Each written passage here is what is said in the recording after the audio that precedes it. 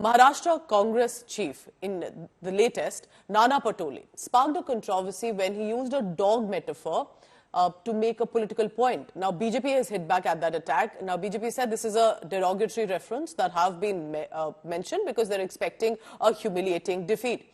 BJP's ally Shiv Sena also slammed Nana Patole, saying that Congress is ready. They know that they're going to be defeated, and that's why it's the fear that's coming to the fore.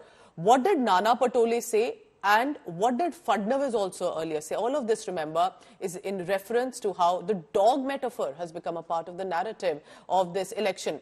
Remember, Devendra Fadnavis had said that even a dog will not urinate at Aurangzeb's identity. Aurangzeb does become a mention consistently for Maharashtra elections because of the Aurangzeb tomb there in the state, which was visited by Akbaruddin Owaisi about 2 years ago, to which Nana Patole said, it's time to tame the BJP like we tame the dogs.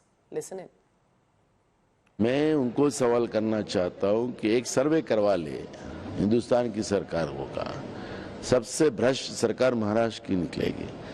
तो भ्रष्टाचारी सरकार का समर्थन करने और उनके लिए vote मांगने नरेंद्र मोदी जी आए हैं, आप प्रधानमंत्री करके आए, तो आपको इस तरह से जो सरकार कर्नाटक की वहाँ जनता के लिए काम कर रही है, किसानों के लिए काम कर रही है, महिलाओं के लिए काम कर रही है, युवाओं के लिए काम कर रही है, वो सरकार को भ्रष्ट कहेंगे। और ये सरकार महाराष्ट्र को लूट के गुजरात को दे रही है, तो इसको सर्टिफिकेट देने आप आए हो, तो इसका जवाब महाराष्ट्र की जनता को देना ही पड़ेगा आपको। इसी तरह का वक्तव्य नाना पटोले का आया है और उनका वक्तव्य बयान नहीं मैं मानता हूँ, वही उसी तरह से भौंकने का काम करते हैं और जैसी दृष्टि वैसी सृष्टि।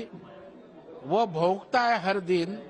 मुझे लगता है चुनाव में वक्तव्य होना चाहिए, लेकिन वो इसी तरह हरकतें करके भौंकने का काम करते हैं।